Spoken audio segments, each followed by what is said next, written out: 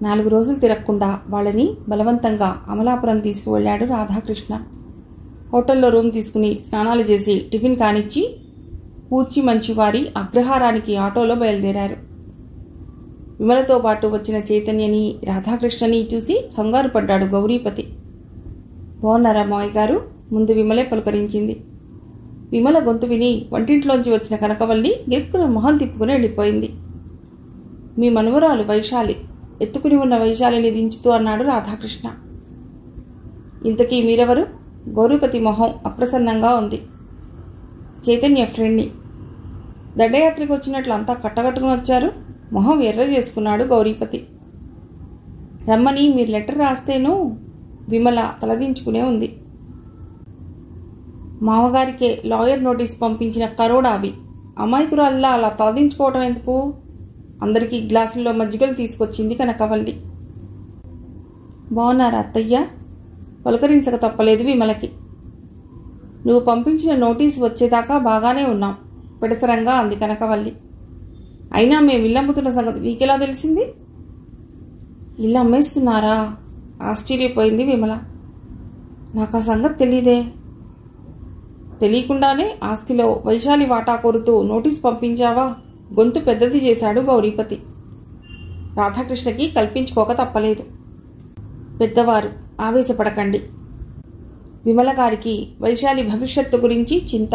మీ మనవరాలిగా ఆ అమ్మాయికి మీరే ఏదో చూడాలి. ఆ సంగతి చెప్పడానికి నువ్వెవరివి? విరుచుకుపడింది కనకవల్లి. మా ఇంటి విషయాలు నీకెందుకు? రాధాకృష్ణ నోరు మెదపలేకపోయాడు. విమల గారికి చైతన్య ఏంతో నేను అంతే. ఆయన మా శ్రేయోభిలాషి, ఆయన ఏమీ అనకండి కల్పించుకున్నాడు చైతన్య. సరే, ఆ నోటీస్ ఇవ్వటంలో మీ ఉద్దేశం ఏమిటో చెప్పండి, రాజీకి వస్తున్నట్లుగా అన్నాడు గౌరీపతి. ఈ ఇల్లు ఎంత చేస్తుంది? చుట్టూ చూస్తూ తనలో తాను అనుకుంటున్నట్లుగా అన్నాడు రాధాకృష్ణ.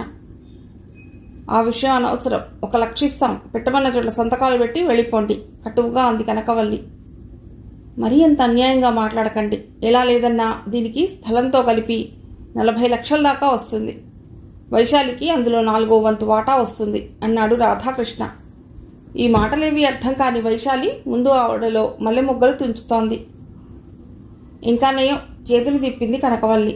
2 లక్షలు ఇస్తాం, మరి మాట్లాడకండి. చైతన్య, రాధాకృష్ణ గట్టిగా వాదించారు.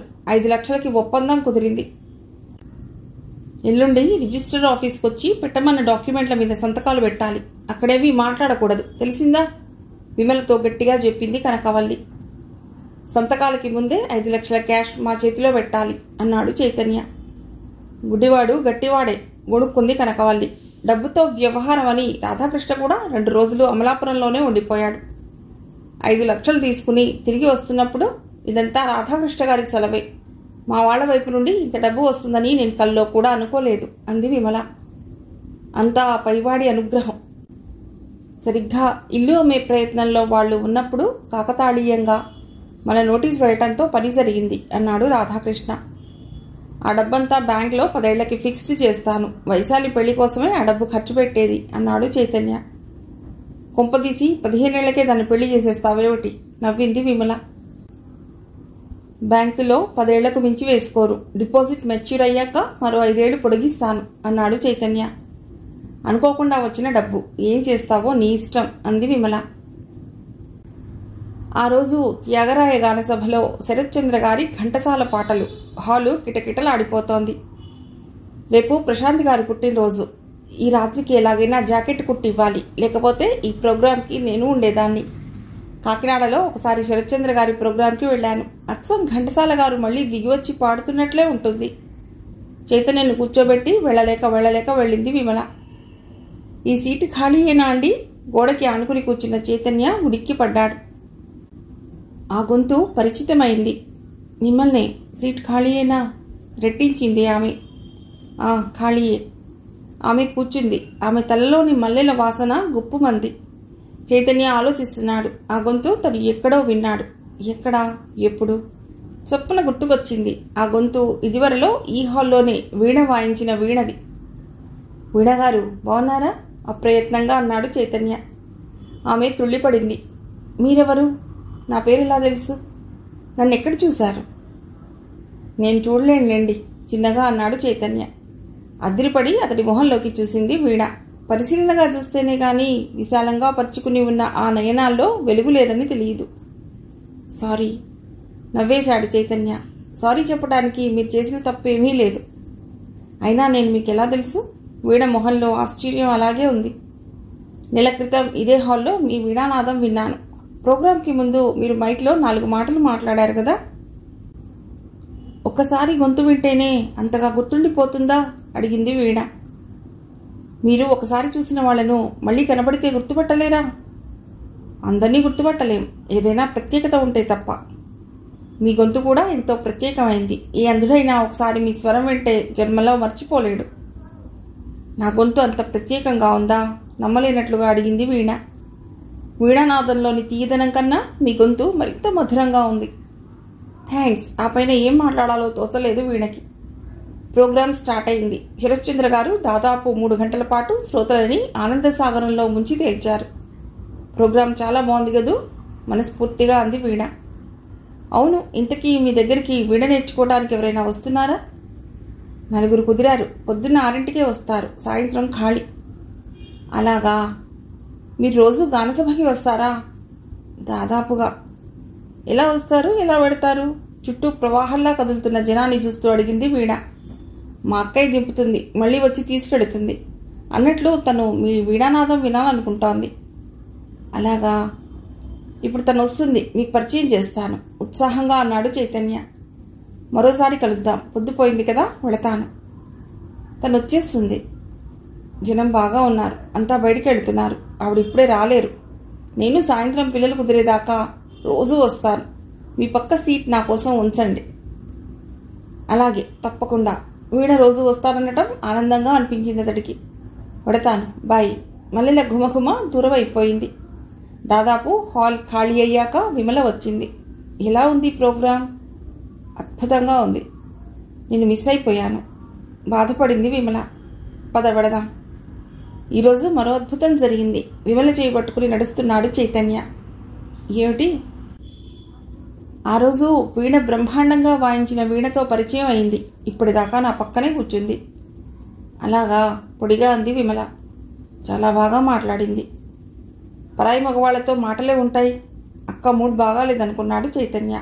అందుకే వీడ రోజు వస్తానందని చెప్పలేదు. ఈ కచీఫ్ మీదేనా? ఏదో ఆలోచనలో ఉన్న చైతన్య తుళ్ళిపడ్డాడు. తను ఎంతో అభిమానించే మధురమైన గొంతు. అవును, నాదే. కూర్చోండి వీణగారు. కర్చీఫ్ తీసుకుంటూ అన్నాడు చైతన్య. వీణ కూర్చుంది. నా కోసం సీట్ ఉంచినందుకు థ్యాంక్స్. మీరు రోజు వస్తానన్నారు. అలా చెప్పాక 10 రోజులకు వచ్చారు. కొంచెం నిష్ఠురం ధ్వనించింది చైతన్య గొంతులో.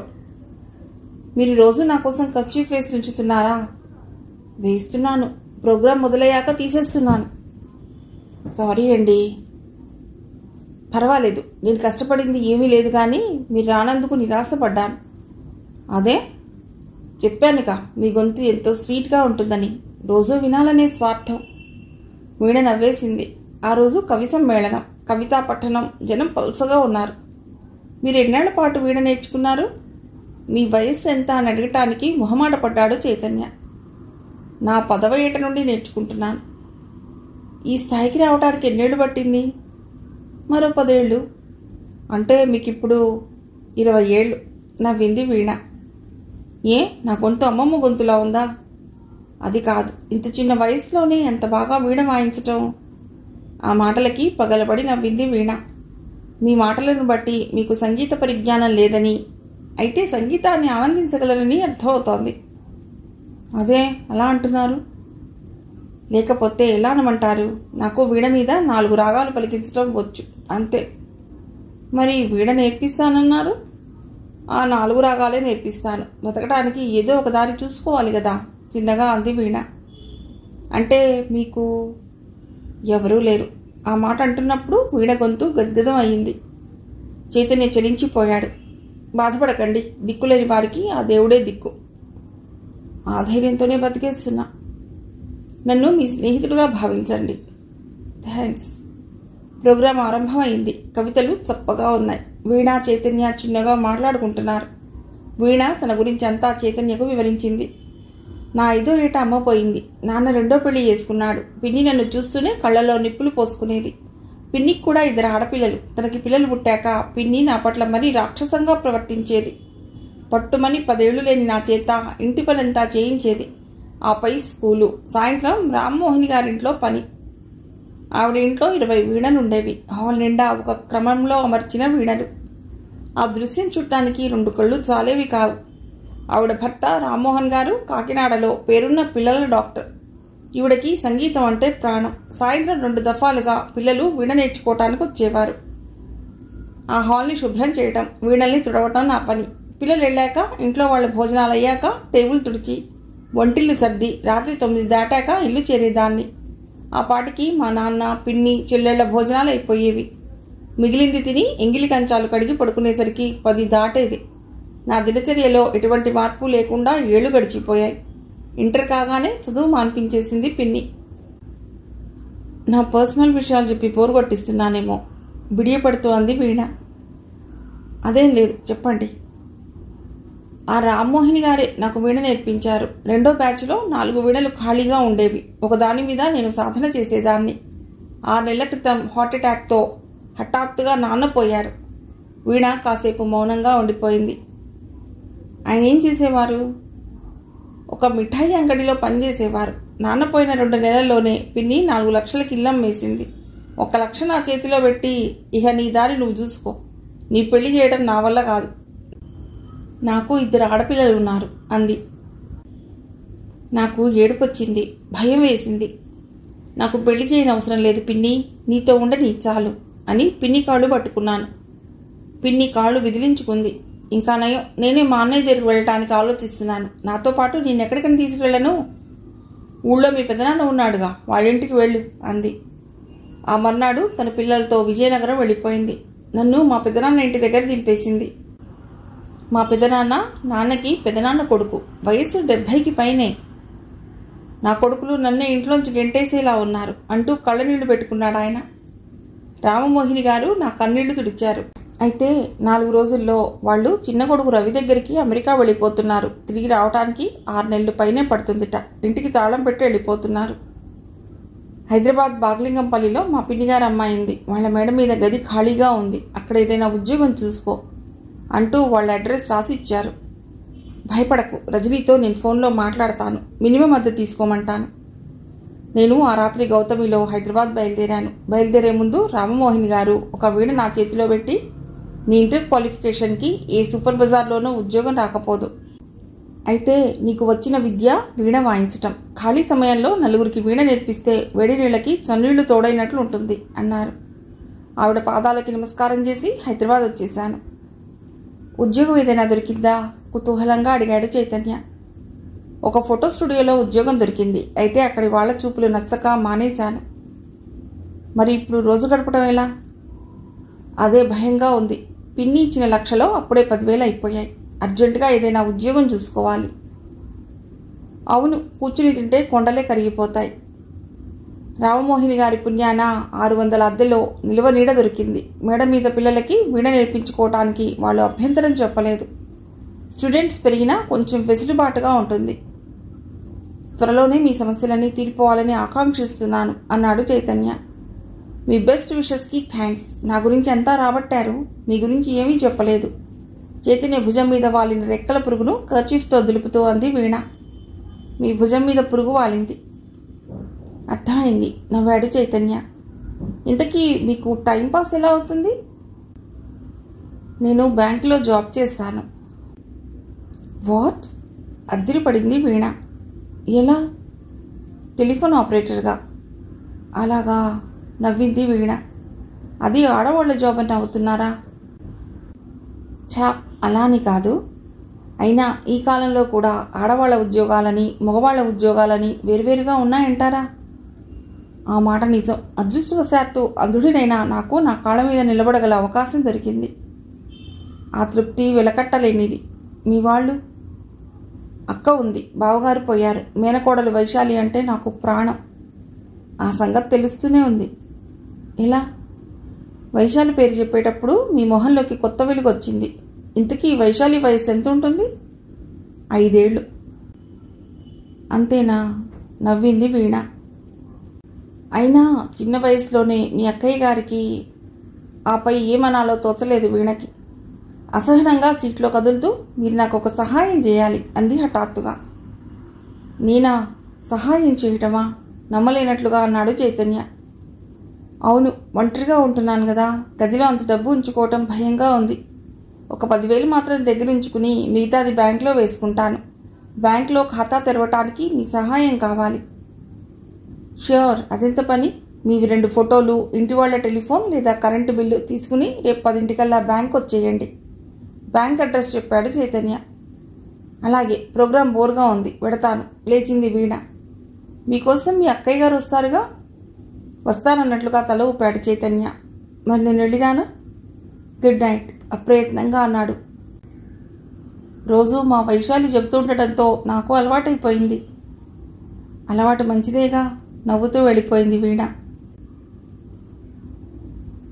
వీణ బ్యాంకులోకి ఎంటర్ అయ్యేసరికి 11 కావస్తోంది. చైతన్య ఫోన్లో ఎవరితోనో మాట్లాడుతున్నాడు. వీణ నిశ్శబ్దంగా అతడి ఎదురుగా నిలబడింది.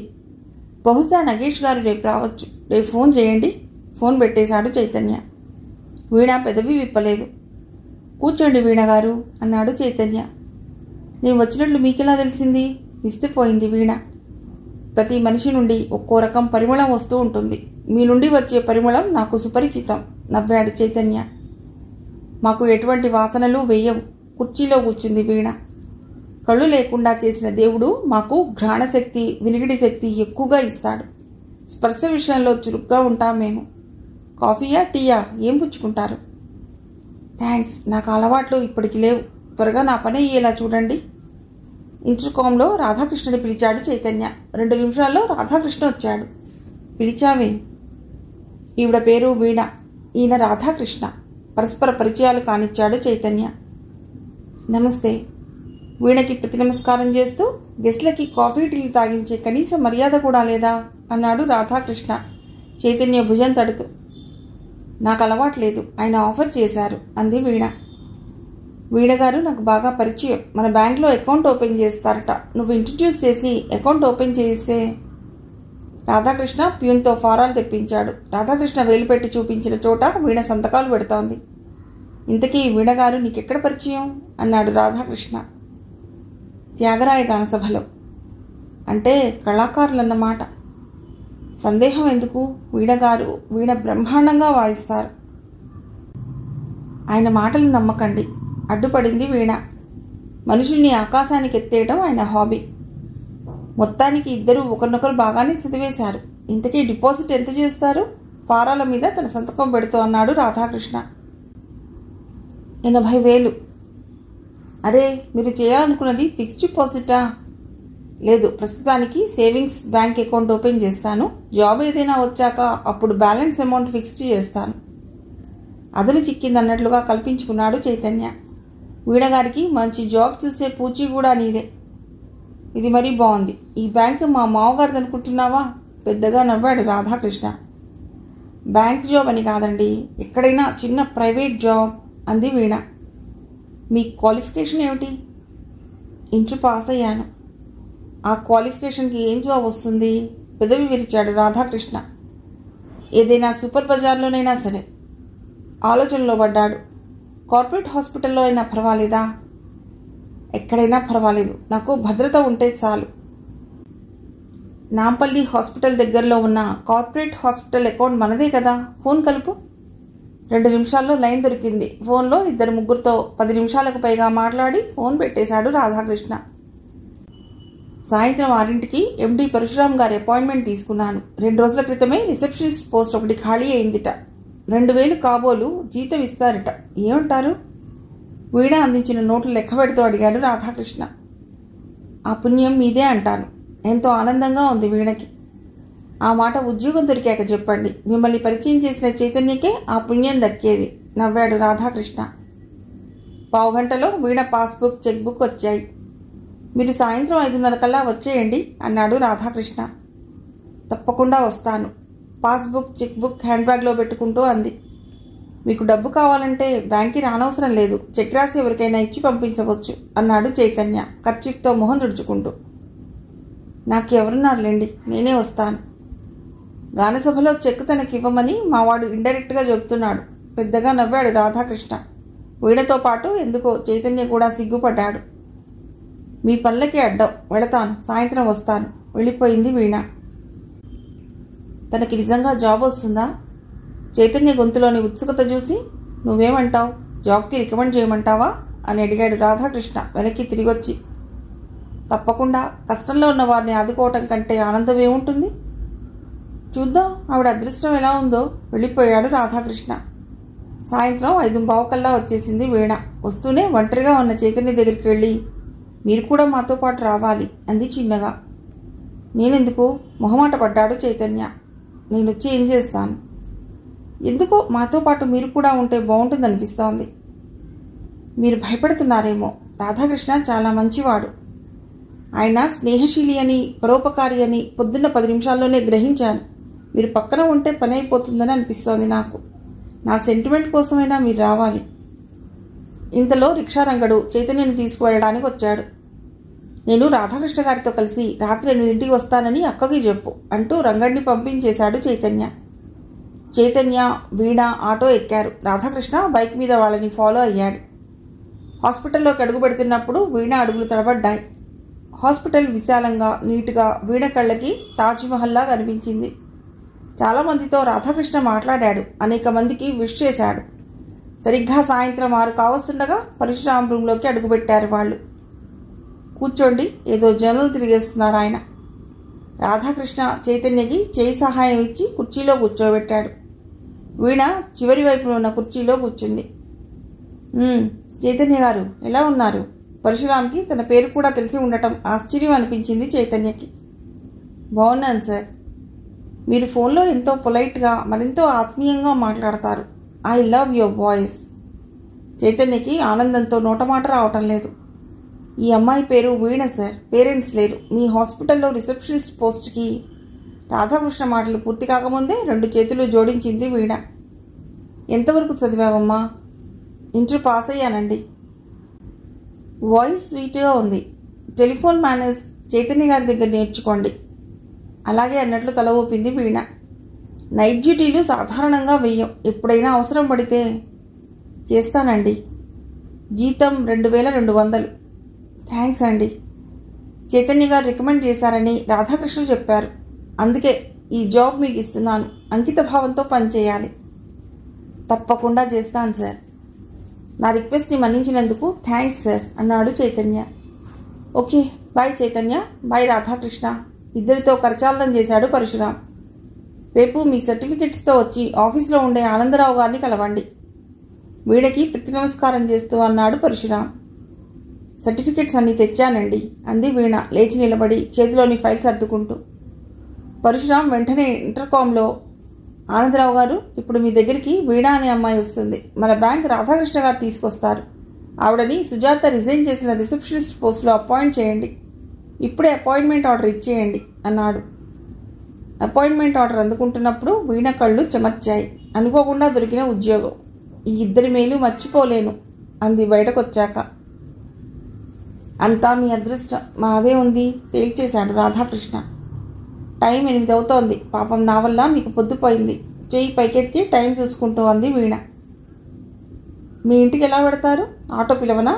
బైక్ దగ్గరికి వస్తూ అన్నాడు రాధాకృష్ణ.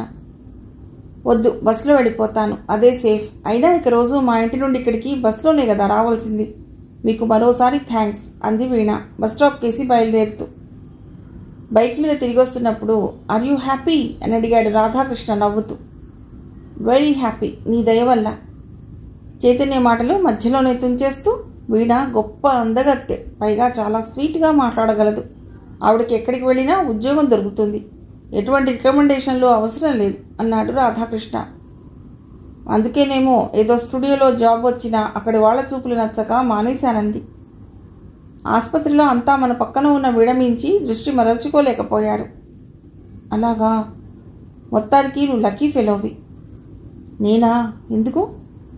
అటువంటి అందమైన అమ్మాయి ఫ్రెండ్గా దొరికినందుకు. అంధుడికి అందంతో పనేంటి? నిర్లిప్తంగా అన్నాడు చైతన్య. ఆదరణగా మాట్లాడితే చాలు. సారీ, ఏదో సరదా కల అన్నాను. పర్వాలేదు, అవసరంలో ఉన్న అమ్మాయికి మనం చేయగలిగిన సహాయం చేశాం, ఆ తృప్తి చాలు మనకి. ఆ మాట నిజం. చైతన్య ఇంటి ముందు బైక్ ఆపుతూ అన్నాడు రాధాకృష్ణ. లోపలికి రా. లేదు, భార్గవి చూస్తుంటుంది. వెళ్ళిపోయాడు. బైక్ శబ్దానికి విమల తలుపు తీసింది. రాధాకృష్ణతో ఎక్కడికి వెళ్ళావు? చైతన్య లోపలికి వచ్చి చెప్పులు విడిచి కుర్చీలో కూర్చున్నాడు. హాస్పిటల్కి. అదే, ఒంట్లో బాలేదా? ఆందోళనగా అడిగింది విమల. చెకప్ కోసం కాదు, ఉద్యోగం కోసం. ఉద్యోగం ఎవరికి? వీణకి. వీణ ఎవరు అంటూనే ఆ రోజు త్యాగరాయ గాన సభలో వీణ ఎంతో బాగా వాయించిందన్నావు, ఆ అమ్మాయికా? అవును. ఆ అమ్మాయితో అంత పరిచయం ఎప్పుడు ఏర్పడింది అంది విమల. గానసభలోనే. ఈరోజు మా బ్యాంక్ వచ్చి అకౌంట్ ఓపెన్ చేసింది. నేను రిక్వెస్ట్ చేస్తే రాధాకృష్ణ పూనుకున్నాడు. లక్కీగా జాబ్ వచ్చేసింది. విమలకి జరిగింది మింగుడు పట్టలేదు. అంత తొందరపడిపోవటం ఎందుకు? ఆ పిల్ల ఎలాంటిదో ఆ ఉద్యోగానికి రికమెండ్ చేయడానికి ఆ పిల్ల గురించి నీకేం తెలుసు? వీణ చాలా మంచిది. నీ మొహం, గుడ్డివాడివి. మాటలు విని మనిషిని అంచనా వేయగలవా నువ్వు? అయినా ఆ పిల్ల విషయాలు నీకెందుకు? అక్కర్లేనివన్నీ నెత్తికెత్తుకుంటావు. ఎవరెంతలో ఉండాలంటే అంతలోనే ఉండాలి. కసురుకున్నట్లుగా అంది విమల. చైతన్య చిన్నబుచ్చుకున్నాడు. జవాబేమీ చెప్పలేదు. ఆ రోజు గానసభలో కార్యక్రమం ఏమీ లేదు. చైతన్య రాధాకృష్ణతో చిక్కడపల్లి వెంకటేశ్వర స్వామి గుడికి వెళ్ళాడు. విమల మిషన్ కుట్టుకుంటోంది. చైతన్య గారు, తన తమ్ముడిని పేరు పెట్టి పిలిచే ఆడగొంతు ఎవరిదా అనుకుంటూ మిషన్ మీద నుండి లేచింది విమల. ఎవరు? చైతన్య గారు లేరా అండి? కట్టెని తోసుకుని లోపలికి వచ్చింది వీణ. లేరు. నువ్వెవరివి? వీడనే గుచ్చి చూస్తోంది విమల. వీణ గుమ్మంలోనే ఇబ్బందిగా కదులుతూ, నా పేరు వీణ అండి అంది. వీణ వాయించే వీణవేగా. ఇప్పుడు మా తమ్ముడితో పనేమిటి? నా మొదటి జీతం వచ్చింది. ముందుగా చైతన్య గారికి స్వీట్ ఇవ్వాలని గానసభకి వెళ్ళాను. అక్కడ ప్రోగ్రాం ఏమీ లేదు. తిరిగి వెళ్ళిపోతూ ఉంటే రిక్షా రంగడు కనిపించాడు. వాడి రిక్షాలో వచ్చాను. మొత్తానికి మా వాడిని బాగానే ఫాలో చేస్తున్నావన్నమాట. అలా కూర్చో. కళ్ళతోటే కుర్చీ చూపించింది విమల. వీణ స్వీట్ ప్యాకెట్ టీపాయ్ మీద పెట్టి కుర్చీలో సర్దు కూర్చుంది. విమల మరో కుర్చీలో కూర్చుంది. ఇద్దరి మధ్య మౌనం. గదిలో చప్పుడు చేస్తూ తిరుగుతున్న ఫ్యాన్ శబ్దం. వైశాలి లేదా? ఏం మాట్లాడాలో తోచడం లేదు వీణకి. మావాడు ఇంటి సంగతులు, ఇంటి వాళ్ల సంగతులు అన్నీ పూసగుచ్చినట్లు చెప్పేసినట్లున్నాడే. విమల గొంతులోని వ్యంగ్యం ఇబ్బందికరంగా ఉంది వీణకి. చైతన్య గారు చాలా మంచివారు అంటూ వీణ ఇంకా ఏదో చెబుతుండగా విమల కల్పించుకుని, మా తమ్ముడి మంచితనం నాకు చెప్పడానికి వచ్చావా అంది. అలాని కాదు, ఆయన దిక్కులేని నాకు ఒక దారి చూపించారు. వాడి మొహం, గుడ్డివాడికి మనమే దారి చూపించాలి. వాడేం చేయగలడు? ఆ మాటలకి వీణ మనస్సు చివుక్కుమంది. అలా అనకండి. ఆయన రాధాకృష్ణ గారికి చెప్పటంతో నాకు ఈ ఉద్యోగం వచ్చింది. అంతా కాకతాళీయం. నాకు మాత్రం ఆయన పట్ల ఎంతో కృతజ్ఞత ఉంది.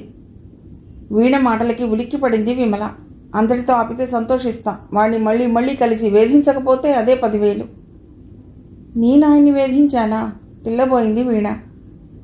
వాడికి ఆడవాళ్లతో మాట్లాడటం అంటేనే చిరాకు.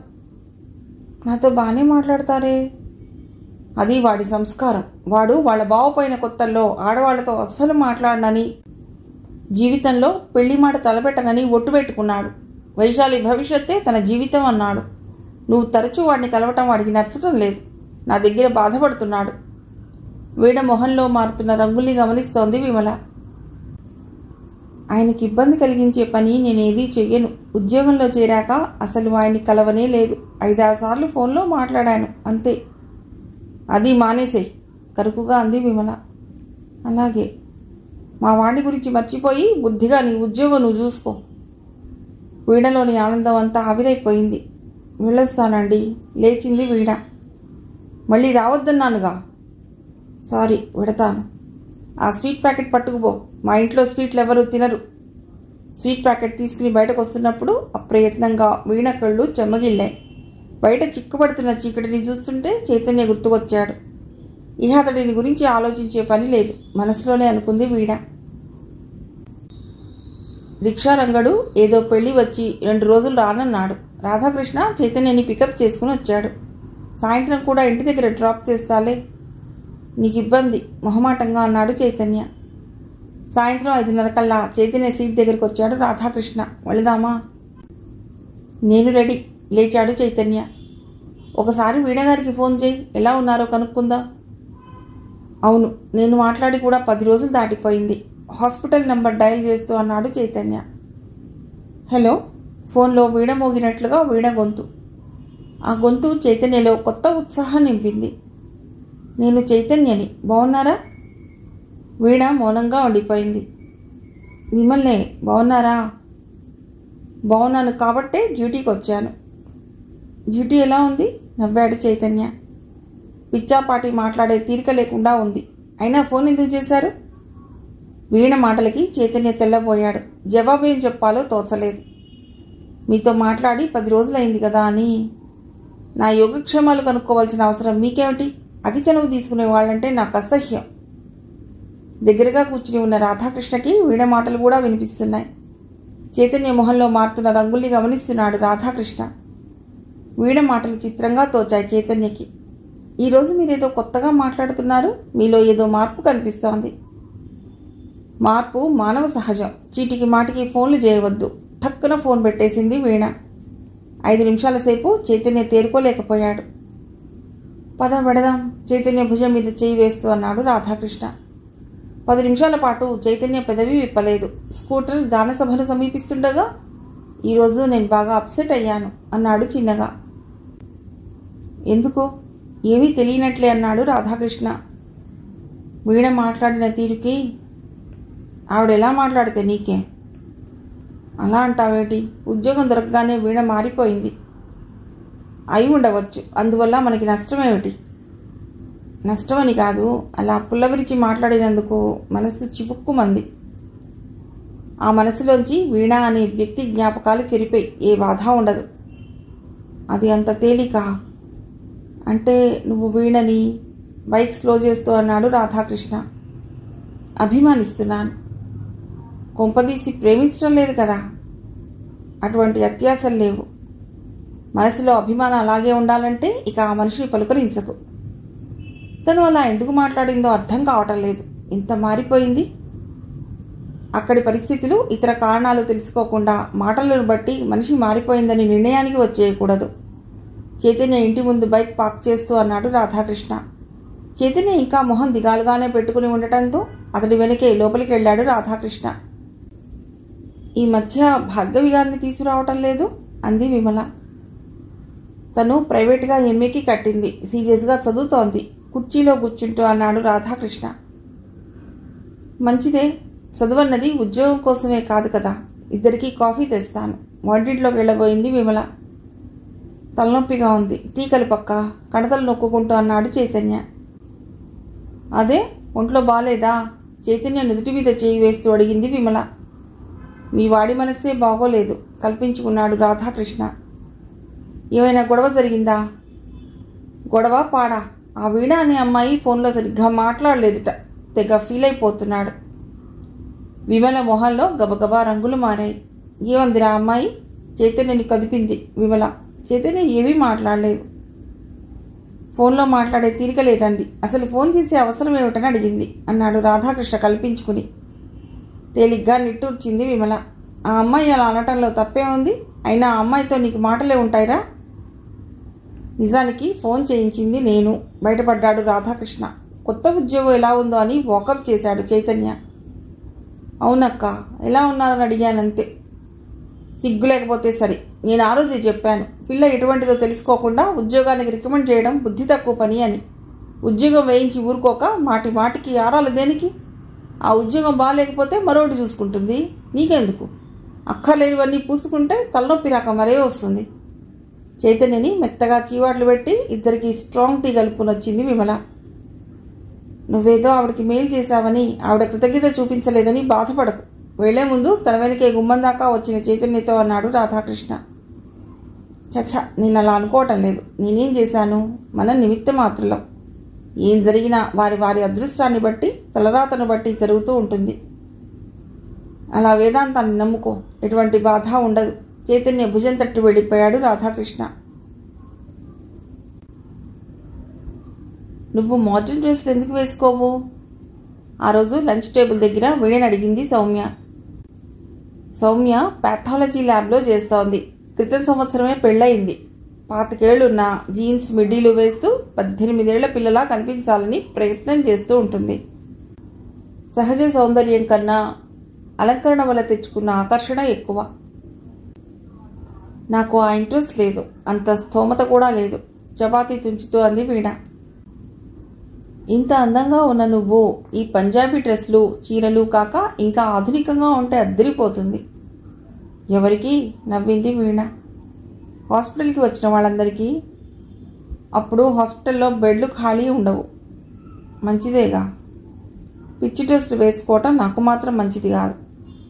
ఫ్యాషన్ డ్రెస్లని పిచ్చి డ్రెస్లు అంటావా? కాకపోతే ఆ మోడల్స్ వేసుకునే డిజైనర్ డ్రెస్లతో రోడ్డు మీద నడిచి చూడు, కుక్కలు తరమకపోతే అప్పుడు అడుగు. పెద్దగా నవ్వింది వీణ. అలా నవ్వులాటగా తీసుకోకు. నీ అందాన్ని మరింత ఆకర్షణీయంగా ప్రజెంట్ చేస్తే నీ జాతకమే మారిపోవచ్చు. చక్కటి స్వరం ఉన్న నీలాంటి అందమైన అమ్మాయిలకి ఈరోజు ఎన్నో అవకాశాలు. మోడలింగ్, యాంకరింగ్, యాక్టింగ్ చెప్తోంది సౌమ్య. ఆపు. ఆ రంగాల మీద నాకు ఎటువంటి ఆసక్తి లేదు. అందులో అడుగు పెడితే ఆసక్తి అదే పుడుతుంది. నేను అడుగు పెట్టేది లేదు, ఆ రంగాల గురించి తెలుసుకునేది లేదు. ఎంతకాలం ఇలా 2000 రూపాయల జీతంతో తృప్తి పడతావు? తృప్తి అనేది ఉండాలి కానీ ఎన్నాళ్ళైనా ఇలా గడిపేయవచ్చు. అది మూర్ఖత్వం. నువ్వు ఈ కాలానికి తగ్గట్టుగా ఆలోచించు. డేరింగ్గా ఒక స్టెప్ ముందుకు వెయ్యి. ఇక చూసుకో, నువ్వు మిస్ ఇండియా వేయినా ఆశ్చర్యపోనక్కర్లేదు అంది సౌమ్య. నువ్వు అందంగా ఉంటావు, ఆ ప్రయత్నాలేవో నువ్వే చేసుకోవలసింది. గుడ్డిగా లవ్లో పడి పెద్ద పొరపాటు చేశాను. పెళ్ళైన వాళ్ళు ఈ రంగంలో రాణించడం కష్టం. జనానికి క్రేజ్ ఉండదు. పైగా నేను ఇప్పుడు క్యారీయింగ్. గొంతు తగ్గించింది సౌమ్య. కంగ్రాట్స్. నీ కంగ్రాట్స్ నీ దగ్గరే ఉంచుకో. ఇలా తొందరపడిపోయి జీవితంలో ఎన్నో పోగొట్టుకున్నాను. అసలు అబోర్షన్ చేయించుకోవాలని నా ఆలోచన. మా ఆయన ఒప్పుకోడు. మొదటిసారి తల్లివవుతూ అవేం పిచ్చి ఆలోచనలు? కోప్పడింది వీణ. నిజం వీణ, ఈ సంసారం, పిల్లలు ఇదో ఊబి. ఇందులో కూరుకుపోయిన ఆడది జీవితంలో పైకి రాలేదు. ట్రాజడీ ఏమిటంటే ఎన్ని పుస్తకాలు చదివినా, ఎన్ని సినిమాలు చూసినా ఇదో ఊబి అని తెలుసుకోలేకపోవటం. జీవితంలో పైకి రావటం అంటే ఏమిటి? నలుగురిలో అంగాంగ ప్రదర్శన చేసి సంపాదించటమా? ఈ పిచ్చి ఆలోచనలు మాను. ప్రేమించే భర్త, చింతల్లేని కాపురం, ఇప్పుడు బిడ్డకి తల్లివి కూడా కాబోతున్నావు. ఇంతకన్నా జీవితంలో ఇంకేం కావాలి? నా బాధ నీకు అర్థం కాదు. ఇప్పుడున్న టాప్ మోడల్స్ని, టాప్ యాక్టర్స్ని చూస్తుంటే నాకు ఏడుపు వస్తుంది. ఎందుకు? విస్తుపోయింది వీణ. వాళ్ళెవ్వరూ నాకంటే అందంగా లేరు. అయితే కోట్లు గడిస్తున్నారు. ఎవరి తలరాత ఎలా ఉంటే అలా జరుగుతుంది. అలా అనకు. మానవ ప్రయత్నం చేయాలి కదా. మా ఆయనకి ఆ రంగాలంటేనే మంట. నాకు మాత్రం పిచ్చ ఇంట్రెస్ట్. పోనీలేదు, మీ ఆయనకి ఇష్టం లేనప్పుడు ఏం చేయగలవు? ఈ జన్మకి టీవీలో మీ పెళ్లి క్యాసెట్ చూసి ఆనందపడు. అలా వేళాకోళంగా మాట్లాడకు. చూస్తుండు, ఏదో ఒకరోజు నేను సాధిస్తాను పట్టుదలగా అంది Soumya. All the best. Lunch box మూసేస్తూ నవ్వింది వీణ. ఆ రోజు వీణ హాస్పిటల్కి ఎంటర్ అవుతుండగానే ఆనందంగా ఎదురొచ్చింది సౌమ్య. ఒక గుడ్ న్యూస్. ఏమిటి? తన సీట్లో సర్దుకు కూర్చుంటూ అడిగింది వీణ. ప్రఖ్యాత సీనియర్ డైరెక్టర్ రంగారావు గారికి యాక్సిడెంట్ అయ్యింది. ఆయనకి యాక్సిడెంట్ అవ్వడం గుడ్ న్యూసా? తెల్లబోయింది వీణ. ఆయన్ని రాత్రి మన హాస్పిటల్లోనే జాయిన్ చేశారు. ఆయన్ని పరామర్శించడానికి ఎంతోమంది సినిమా రంగం వాళ్ళు వస్తారు. వస్తే నీ మొద్దుబురకి ఏమీ అర్థం కాదు. వాళ్ళ దృష్టిలో మనం పడవచ్చు. మనం అంటూ నన్ను కలపకు. చిరాకు పడింది వీణ. ఆ రోజంతా వీలు దొరికినప్పుడల్లా రిసెప్షన్ దగ్గరికి వచ్చి నిలబడుతోంది సౌమ్య. అదిగో ఆయన రంగు వెలిసిన కళ సినిమాలో హీరో. ఆవిడ ముంబై నటి. 2 సినిమాల్లో చేసింది. ఆ డైరెక్టర్ తీసిన 6 సినిమాలు హిట్. ఆ మ్యూజిక్ డైరెక్టర్ పాటలంటే నాకు ప్రాణం. అతడు యంగ్ లవర్ బాయ్. ఆవిడ అంటూ వస్తున్న వాళ్ళందరి గురించి వీణకు చెప్తోంది సౌమ్య. నాకు చెప్పకు. వాళ్ళ మీద నాకు ఎటువంటి ఆసక్తి లేదు. చిరాకు పడింది వీణ. లంచ్ టైం కావస్తుండగా, ఎక్స్క్యూజ్ మీ, రంగారావు గారు ఏ రూమ్లో ఉన్నారు అంటూ ఒక 30 ఏళ్ల యువకుడు వీణ దగ్గరికి వచ్చాడు. దాదాపు 6 అడుగులు ఉంటాడు. తెల్ల డ్రెస్లో స్మార్ట్గా కనిపిస్తున్నాడు. అతడు సమీపించగానే గుప్పుమన్న ఇంటిమేట్ పరిమళం. రంగారావు గారు ఇంకా ఇంటెన్సివ్ కేర్లోనే ఉన్నారు. కుడివైపుకి వెళ్ళండి, చేతితో దారి చూపించింది వీణ. థ్యాంక్స్ అని 2 అడుగులు వేసిన అతడు మళ్ళీ వెనక్కి వచ్చి, బైదిబాయ్ మీ పేరు? నా పేరుతో మీకేం పని అనబోయి తమాయించుకుని, వీణ అంది మొహాన పడుతున్న ముంగురుల్ని వెనక్కి తీసుకుంటూ. అందమైన పేరు. బూట్లు టకటకలాడించుకుంటూ వెళ్ళిపోయాడతడు. అతడు వెళ్ళగానే దూరంగా ఉన్న సౌమ్య పరిగెత్తుకొచ్చింది. ఆయన ఏమడుగుతున్నాడు? వెనక్కి తిరిగి వచ్చి ఏం మాట్లాడాడు? నా పేరు అడిగాడు. కంగ్రాట్స్. ఎందుకు? అతడి దృష్టిలో నువ్వు పడినందుకే నీ పేరు అడిగాడు. ఇంతకీ అతడెవరో తెలుసా? లేదన్నట్లు తల ఊపింది వీణ. 2 ఏళ్లలో కొత్త వాళ్లతో 4 సినిమాలు తీసి సూపర్ డూపర్ హిట్ చేసిన యంగ్ డైరెక్టర్ కుమార్. అయితే నువ్వు వెంటనే లంచ్కి పరిగెత్తకు. ఆయన వెళ్లేదాకా సీట్లోనే ఉండు. తిరిగి వెళ్ళేటప్పుడు కూడా ఆయన మళ్ళీ పలుకరించవచ్చు. సౌమ్య ఆ మాట అనగానే వెంటనే సీట్లోంచి లేచిపోయింది వీణ. నేను లంచ్ చేసి కొంచెం ఆలస్యంగా వస్తాను. ఆ కుర్ర డైరెక్టర్ వెళ్లేదాకా నువ్వే నా సీట్లో కూర్చో. వీణ నెమ్మదిగా లంచ్ చేసి ఆ రోజు పేపర్ చూసి దాదాపు 3 కావస్తుండగా తన సీట్ దగ్గరకు వచ్చింది. వెళ్ళిపోయాడు అతడు. ఇప్పుడే. నువ్వేదైనా ఛాన్స్ అడగలేకపోయావా? భారంగా నిట్టూర్చింది సౌమ్య మెళ్ళలోని నల్లపూసలు చూపిస్తూ. సౌమ్యని అలా చూస్తుంటే వీణకి నవ్వొచ్చింది. అతడు నీ గురించి అడిగాడు. నా గురించా? నమ్మలేకపోయింది వీణ. అవును, నీ పేరు గుర్తుపెట్టుకున్నాడు. వెడుతూ వీణగారేరి అని అడిగాడు. ఇంటికి వెళ్ళిపోయిందని చెప్పవలసింది. అదే చెప్పాను అని చటుక్కున నాలిక ఖర్చుకుంది సౌమ్య. రంగారావు హాస్పిటల్లో జాయిన్ అయి వారమైంది. ఇంటెన్సివ్ కేర్ నుండి స్పెషల్ రూమ్లోకి మార్చారు. కుమార్ రోజు వస్తున్నాడు. అతడు ఎండి పరశురామ్ గారి క్లాస్మేట్ ఇంటర్లో. రోజు కాసేపు ఆయన గదిలో కూడా కూర్చుంటున్నాడు. 2వ రోజు వీణ కేసు చూసి పలకరింపుగా నవ్వాడు. ఆ తర్వాత మార్నింగ్ అంటూ విష్ చేశాడు. మరోసారి హాయ్ అంటూ హడావుడిగా వెళ్ళిపోయాడు. ఒకసారి పనిగట్టుకుని బాగున్నారా అంటూ పలకరించాడు. వీణ ముభావంగా తల ఊపడం మించి పెదవి విప్పలేదు.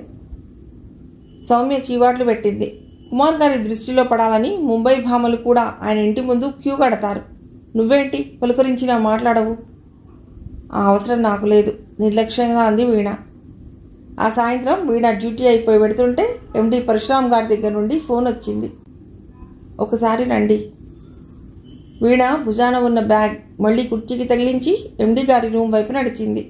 చైతన్య రాధాకృష్ణలతో మొదటిసారి ఆ హాస్పిటల్లో అడుగుపెట్టిన రోజే ఆయన రూమ్లోకి వెళ్ళింది. మళ్ళీ ఎప్పుడూ వెళ్ళలేదు. ఆయన వస్తున్నప్పుడు వెడుతున్నప్పుడు సీట్లోంచి లేచి విష్ చేయటమే. May come in sir? గుమ్మం దగ్గరే ఆగిపోయింది వీణ. Yes come in. పరశురామ్ ఎదురు సీట్లో ఉన్న కుమార్ వెనక్కి తిరిగి వీణను చూసి చిన్నగా నవ్వాడు. వీణకి ఇబ్బందిగా ఉంది. కూర్చోండి. కుర్చీలో కూర్చుని కర్చీఫ్తో ముఖం అద్దుకుంది వీణ. How are you? నవ్వాడు కుమార్. ఫైన్. ఇష్టం లేకపోయినా నవ్వక తప్పలేదు వీణకి. ఈయన కుమార్ గారని పరిచయం చేయబోయాడు పరశురామ్. తెలుసు, సౌమ్య చెప్పింది. 4 హిట్ సినిమాలు తీశారు. అవునుట, పొడిగా అంది వీణ. ఆ సినిమాలు మీరు చూడలేదా? విభ్రాంతిగా అడిగాడు కుమార్. లేదు, నాకు సినిమాల పట్ల ఆసక్తి లేదు. టీవీలో క్లిప్పింగ్స్ చూస్తుంటారుగా. నాకు టీవీ లేదు. పోనీలేండి, ఆయన త్వరలోనే కొత్త వాళ్లతో మరో మూవీ స్టార్ట్ చేయబోతున్నారు. ఈసారి ఆయనే ప్రొడ్యూసర్ కల్పించుకున్నాడు పరశురామ్. అలాగా, నిరాసక్తంగా అంది వీణ. అందులో హీరోయిన్ రోల్ మీకు ఇవ్వాలని ఆయన ఆలోచన. క్షణం పాటు వీణ మెదడు మొద్దుబారిపోయింది. కంగ్రాట్స్, మీరు చాలా అదృష్టవంతులు. మళ్ళీ తనే అన్నాడు పరశురామ్. సారీ, నాకు నటన తెలియదు. ఏసీలో కూడా చెమటలు పోస్తున్నాయి వీణకి. నీలాంటి వాళ్లే కావాలి మాకు. ఆ క్యారెక్టర్కి అతికినట్లుగా సరిపోతావు నువ్వు. ఎటువంటి వాళ్ళ దగ్గర నుండైనా నాకు కావలసిన నటనను నేను రాబట్టుకోగలను, గర్వం ధ్వనించింది కుమార్ స్వరంలో. అతడి ఏకవచన ప్రయోగం వీణకి నచ్చలేదు. సారీ, నాకు ఇంట్రెస్ట్ లేదు. వీణ నుండి అభ్యంతరం వస్తుందని ఊహించలేదు పరశురామ్. అదేమిటమ్మా అలా అంటారు? కుమార్ గారు నాకు బెస్ట్ ఫ్రెండ్ కాబట్టి తనంతట తాను మీకు అవకాశం ఇస్తానన్నారు. ఈ ఫీల్డ్ పట్ల నాకు అవగాహన లేదు, ఆసక్తి అంతకన్నా లేదు. మన సౌమ్యకి ఈ రంగం అంటే ఇష్టం. దయచేసి మీరు ఈ వేషం ఆమెకి ఇప్పిస్తే. షటప్, నీ గురించి మాట్లాడుతూ ఉంటే మీరెవరో రికమెండ్ చేస్తారేమిటి? విసురుగా అన్నాడు పరశురామ్. వచ్చిన అవకాశం జారవిడుచుకోవద్దు. వీడకి ఏం చెప్పాలో తెలియటం లేదు. ఒంట్లో కంట్రోల్ చేసుకోలేని వణుకు. ఇట్స్ ఆల్ రైట్, ఆవిడని కంగారు పెట్టకండి, ఆలోచించుకోనియండి. నువ్వు వెళ్ళమ్మా సౌమ్యంగా అన్నాడు కుమార్. బతుకు జీవుడా అనుకుని ఆ రూమ్లోంటి బయటపడింది వీణ. ఆ రాత్రంతా వీణకి నిద్ర లేదు. తను అడవిలో తప్పిపోయి తిరుగుతున్నట్లు, నక్కలు తోడేళ్లు తరుగుతున్నట్లు, అన్నీ పీడకలలు, పిచ్చి కలలు. మర్నాడు డ్యూటీకి వెళ్ళాలనిపించలేదు వీణకి. సౌమ్య ఇంటికి ఫోన్ చేసింది. ఈరోజు నేను రావటం లేదు. ఒంట్లో బాగాలేదా? మనస్సే బాగోలేదు. ఏమైంది? నువ్వు అనుకున్నంత అయింది. ఆ కుమార్ మన ఎండీ చేత తన తదుపరి చిత్రంలో నన్ను హీరోయిన్గా పరిచయం చేయాలనుకుంటున్నట్లు చెప్పించాడు. Congrats, what a pleasant surprise. ఫోన్లో అరిచినట్లుగా అంది సౌమ్య. నువ్వేమన్నావు? నాకు ఇష్టం లేదని, ఆ అవకాశం నీకు ఇప్పించమని ఎండీ గారితో చెప్పాను. నిజంగా? సౌమ్య ఆనందం పట్టలేకపోతోంది. కుమార్ గారు ఏమన్నారు? నీ విషయం ఏమీ అనలేదు కానీ నన్ను ఆలోచించుకోమన్నారు. ఈ సమయంలో నువ్వు ఆయన్ని అప్రోచ్ అయితే పని జరగవచ్చు.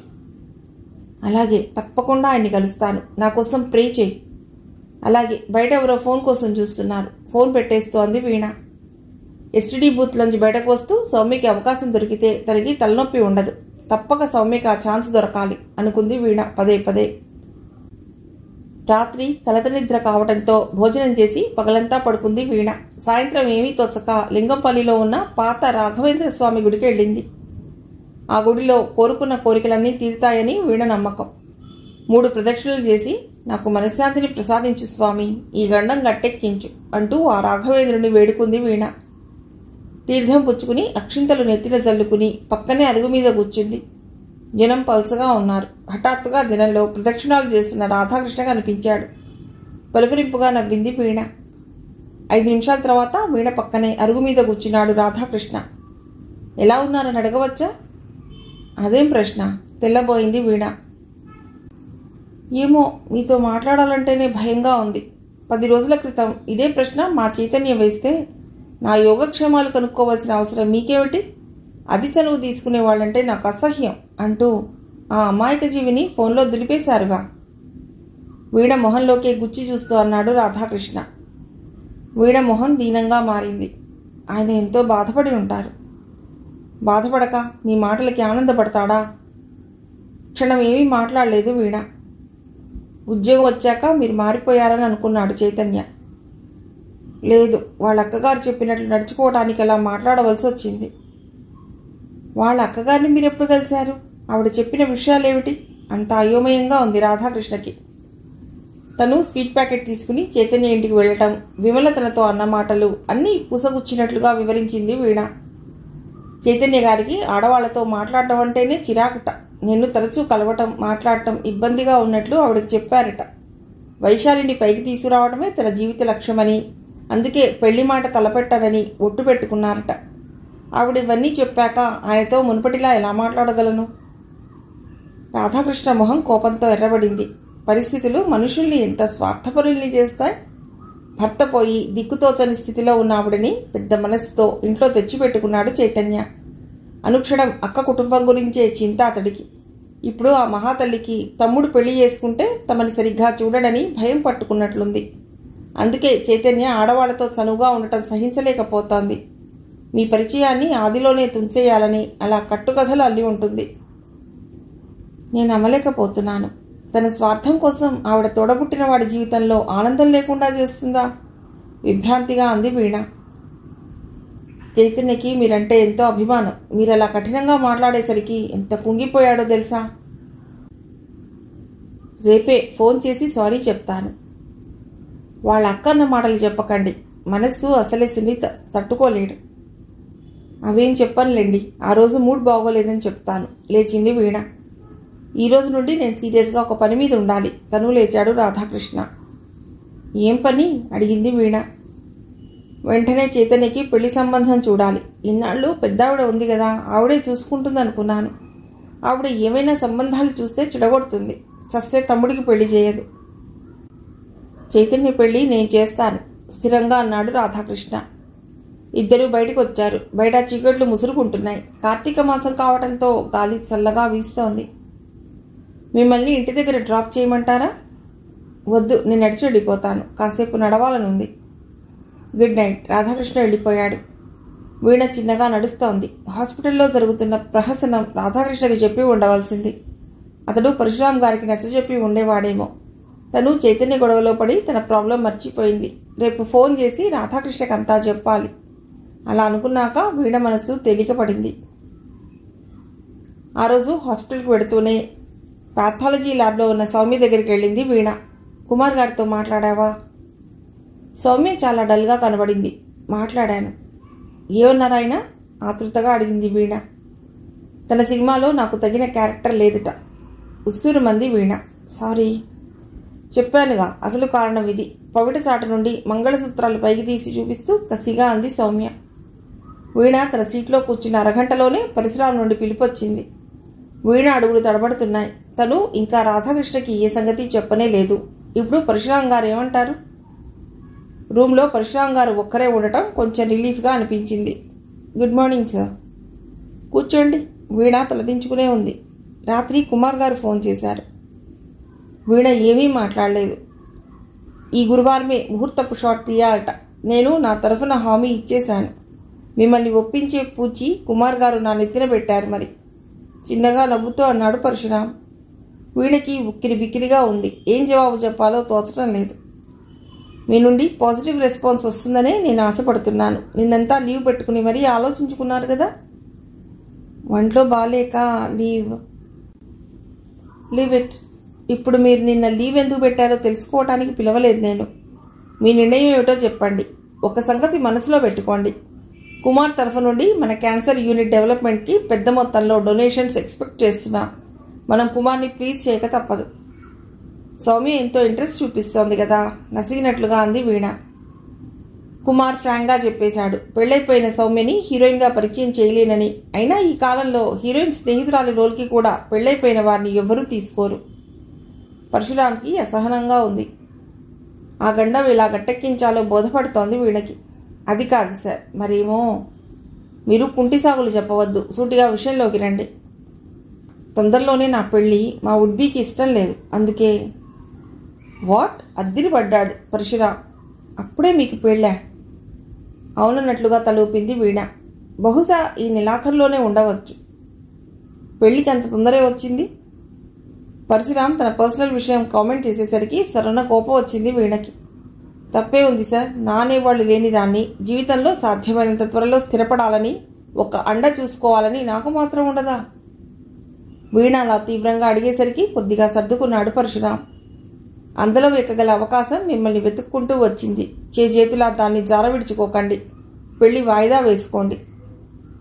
కుదరదు సార్ అంది వీణ. నా జీవితంలో ఏది ముఖ్యమైనదో నాకు తెలుసు.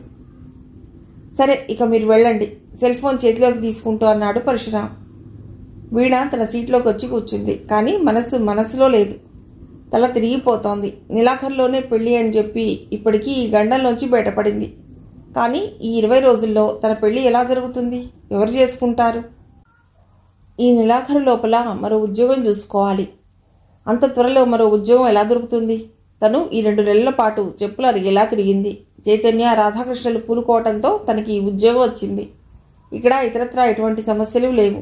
ఈ కుమార్ తెచ్చిన పెద్ద గడ్డు సమస్యతో తన ఉద్యోగానికే ఎసరొచ్చేలా ఉంది. ఇప్పుడేం చేయాలి? వీణ రకరకాలుగా ఆలోచిస్తోంది. రాధాకృష్ణ క్రితం సాయంత్రం రాఘవేంద్ర స్వామి గుడిలో అన్న మాటలు గుర్తుకొచ్చాయి.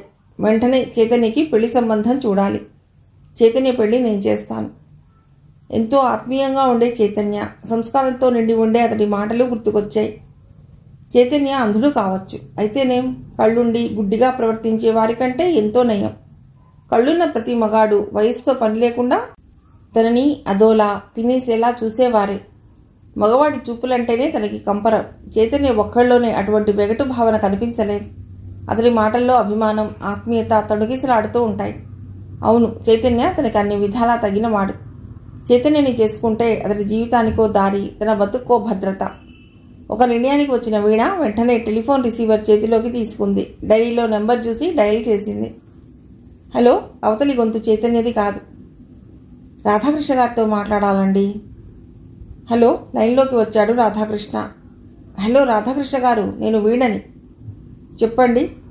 మీతో కొంచెం పర్సనల్గా మాట్లాడాలి. హాస్పిటల్కి రమ్మంటారా? ఇక్కడికొద్దు, సాయంత్రం ఒకసారి మళ్ళీ రాఘవేంద్ర స్వామి గుడికి రాగలరా? క్షణం ఏదో ఆలోచించిన రాధాకృష్ణ 5:30 కల్లా అక్కడ ఉంటాను అన్నాడు. థ్యాంక్స్ అండి. ఈరోజు చైతన్య గారు లీవ్లో ఉన్నాడు. ఈరోజు రేపు తెలుగు అకాడమీలో రచయితల సమావేశాలు ఏవో జరుగుతున్నాయట, వాటికి అటెండ్ అవుతాడట. అలాగా, ఉంటాను, సాయంత్రం కలుద్దాం. ఫోన్ పెట్టేసింది వీణ. వీణ హాస్పిటల్ నుండి ఆటోలో తిన్నగా రాఘవేంద్ర స్వామి గుడికి వెళ్ళింది. అప్పటికే రాధాకృష్ణ వచ్చి ఉన్నాడు. ముందుగా మిమ్మల్ని ఇబ్బంది పెట్టినందుకు సారీ, ఉపోద్ఘాతంగా అంది వీణ. పర్వాలేదు, చెప్పండి. వీణ గొంతు సవరించుకుంది. హాస్పిటల్లో డైరెక్టర్ రంగారావు జాయిన్ అయిన రోజు నుండి జరిగిందంతా రాధాకృష్ణకి వివరించింది. మధ్యలో ప్రశ్నలు వేయకుండా వీణ చెప్పిందంతా విన్నాడు రాధాకృష్ణ. ఆపై ఏం చెప్పాలో ఎలా చెప్పాలో బోధపడలేదు వీణకి. కాసేపు మౌనంగా ఉండి, నేను చైతన్య గారు ఇష్టపడితే ఆయన్ని పెళ్లి చేసుకోవాలని నిర్ణయించుకున్నాను అంది స్థిరంగా. రాధాకృష్ణ త్రుళ్ళిపడ్డాడు. ఈ గండం గట్టెక్కడానికి అటువంటి నిర్ణయం తీసుకోవాల్సిన అవసరం లేదు, మరో దారి చూద్దాం. అలాని కాదు, నేను పెళ్ళంటూ చేసుకుంటే చైతన్య గారినే చేసుకుంటాను. నిజంగానా? నమ్మలేనట్లుగా అన్నాడు రాధాకృష్ణ. అవును, ఇద్దరం సరైన తోడు కోసం అలమటిస్తున్న వాళ్ళం.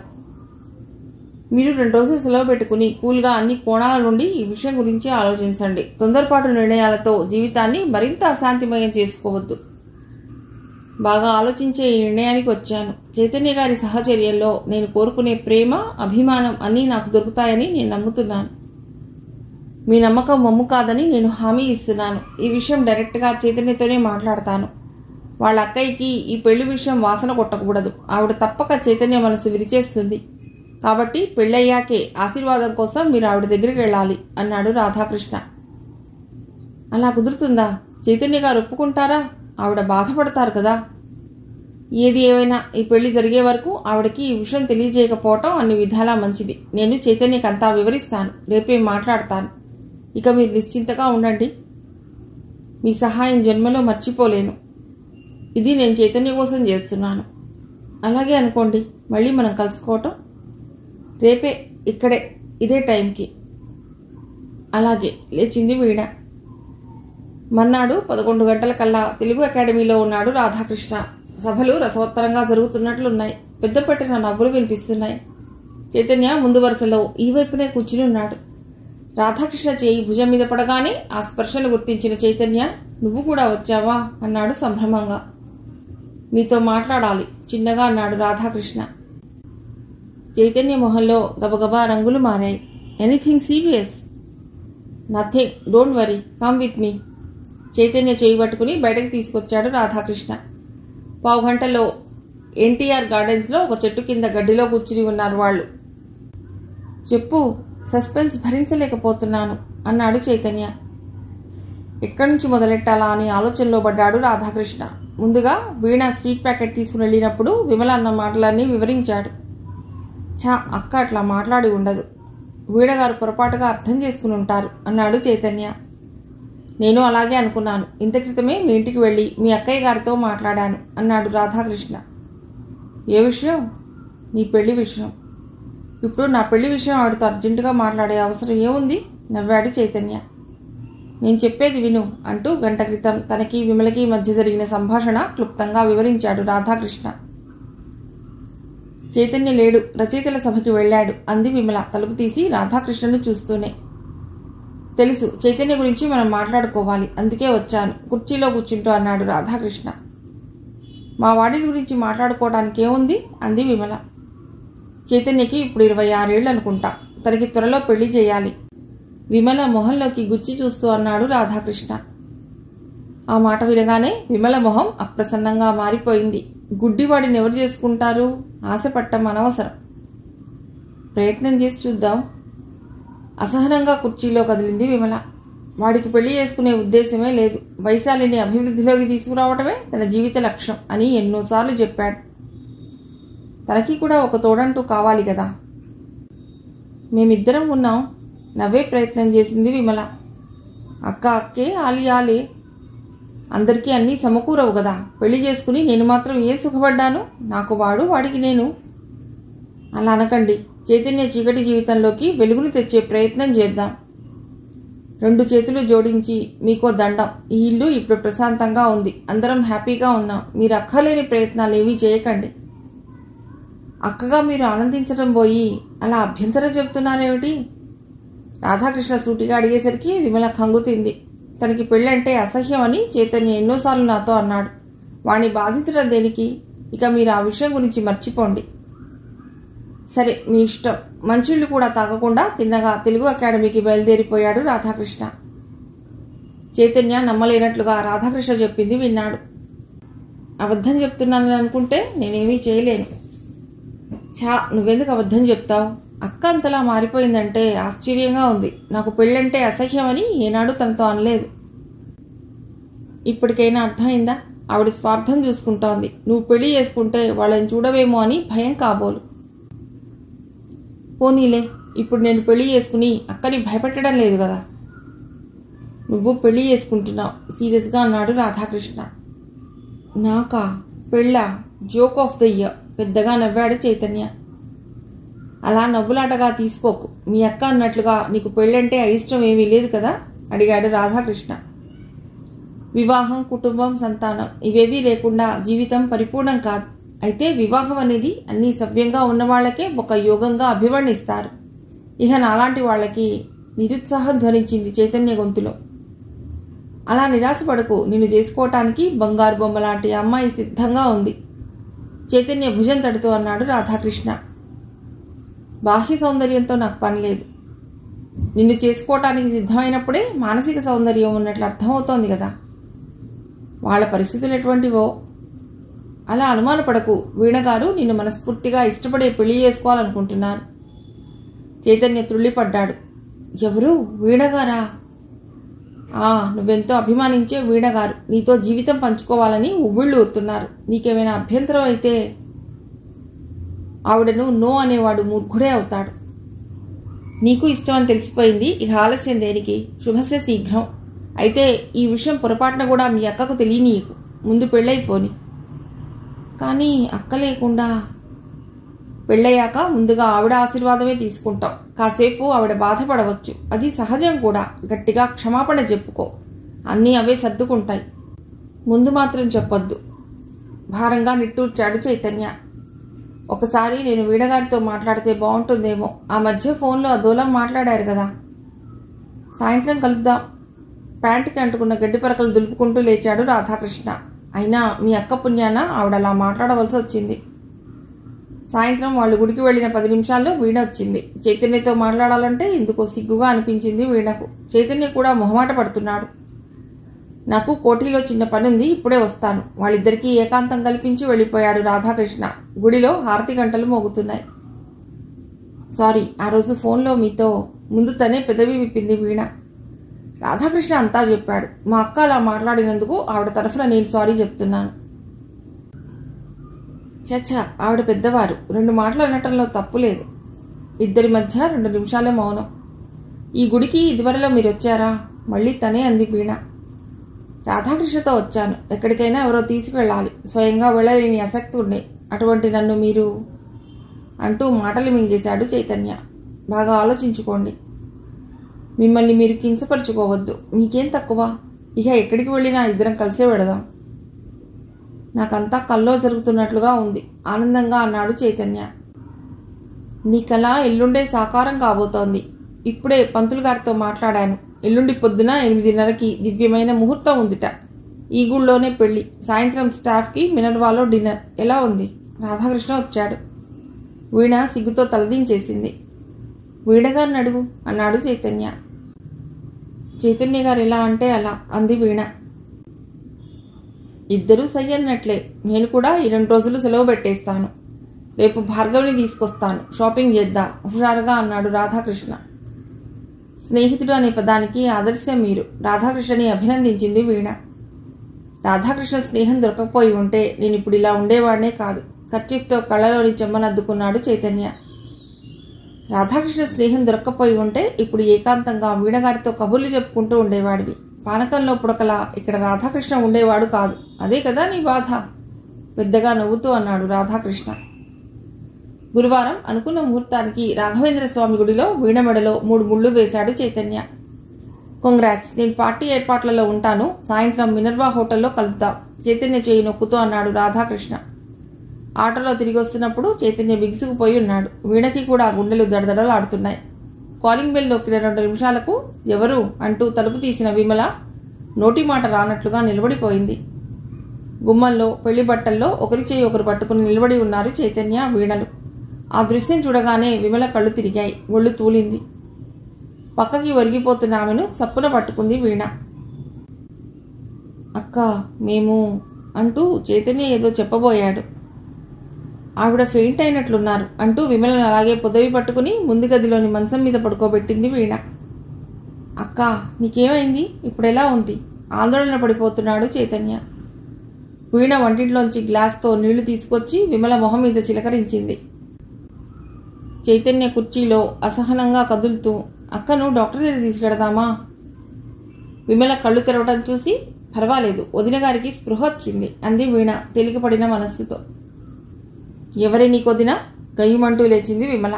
నా గుడ్డి తమ్ముడిని వల్లో వేసుకుని కనీసం నాకు మాట మాత్రం చెప్పకుండా ఏకంగా కొంగున ముడేసుకుని ఇంటికి తీసుకొస్తావా? ఎంత ధైర్యం నీకు? అది కాదక్క, సర్ది చెప్పబోయాడు చైతన్య. ఇహ నన్నలా పిలవకు. అక్క, నేను బతికి ఉన్నానని జ్ఞానం నీకుంటే ఇలా నాకు చెప్పకుండా పెళ్లి చేసుకుంటావా? ఇహ నీకు అక్క లేదనుకో. బోరున ఏడ్చేసింది విమల. కొత్త పెళ్లి కూతురిగా తను ఆ ఇంట అడుగుపెట్టిన మరుక్షణమే ఆడపడుచు అలా బావురుమనటం అశుభంగా తోచింది వీణకి. ప్లీజ్ వదిన గారు, మీరు శాంతపడండి. మీ తమ్ముడు గారు చెప్పేది వినండి బతిమాలింది వీణ. ఇక ఈ ఇంట్లో నాకు శాంతి ఎక్కడిది? నాకు ఎవరు ఏమీ చెప్పరక్కర్లేదు విసురుగా అంది విమల. ఆ మాటలకి చైతన్య మొహం జేవురించింది. అక్క, నీ కోపం నీకు చెప్పకుండా పెళ్లి చేసుకున్నందుకా లేక నేను పెళ్లి చేసుకున్నందుకా అంటూ సూటిగా అడిగేశాడు. తమ్ముడి ప్రశ్నకి కంగుతింది విమల. అదేం ప్రశ్నరా? లేకపోతే ఇక ఈ ఇంట్లో నీకు శాంతి ఉండదని ఎందుకు అనుకుంటున్నావు?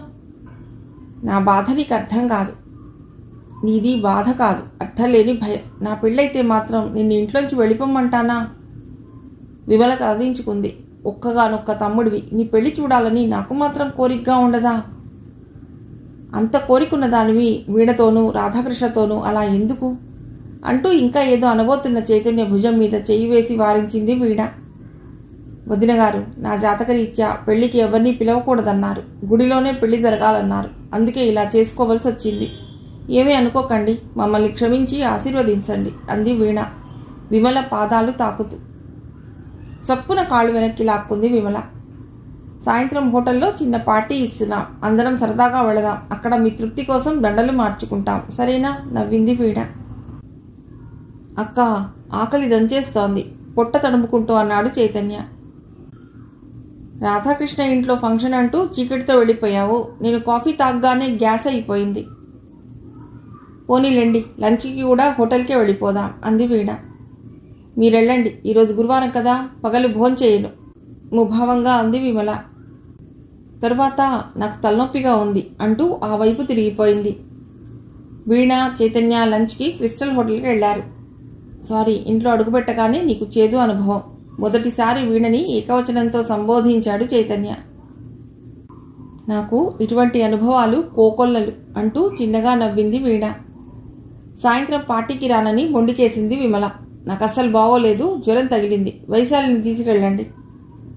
కొత్త గౌను వేసుకుని వచ్చిన వైశాలి, అత్త మా టీచర్ కన్నా చాలా బాగుంది అంది ఎల్లో కలర్ పట్టు చీరలో మెరిసిపోతున్న వీణని చూస్తూ. నువ్వు కూడా చాలా బాగున్నావు, వైశాలిని ఎత్తుకుని ముద్దాడింది వీణ. మనం ఇప్పుడు హోటల్కి వెడదామా అత్త? వీణ తలలోని మల్లెల్ని సవరిస్తూ అడిగింది వైశాలి. అవును కోడలా, మళ్ళీ వైశాలిని ముద్దు పెట్టుకుంది. వాళ్ళు హోటల్కి వెళ్లేసరికి 6:15. రాధాకృష్ణ భార్గవి దగ్గర ఉండి హాల్ డెకరేట్ చేయించారు.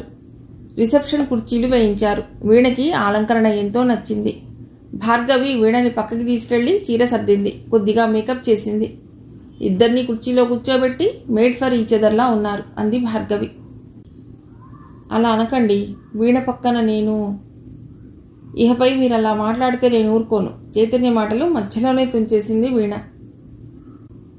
7:30 నుండి ఒక్కొక్కరి రావటం మొదలెట్టారు. చైతన్య బ్యాంక్ స్టాఫ్ అంతా వచ్చారు. వీణ ఇంటి వాళ్ళు వచ్చారు. హాస్పిటల్ నుండి 10 మందికి మించి రాలేదు.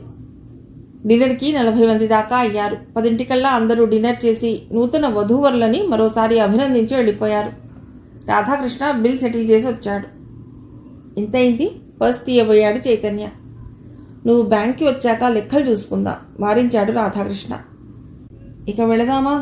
చైతన్య తల మీద గులాబీ రేకులు దులుపుతూ అంది వీణ. మీరెక్కడికి వెడతారు? నవ్వింది భార్గవి. అవును, మీకు మా తరఫున మ్యారేజ్ గిఫ్ట్గా 3 రోజుల పాటు ఈ హోటల్లో గది బుక్ చేశాం.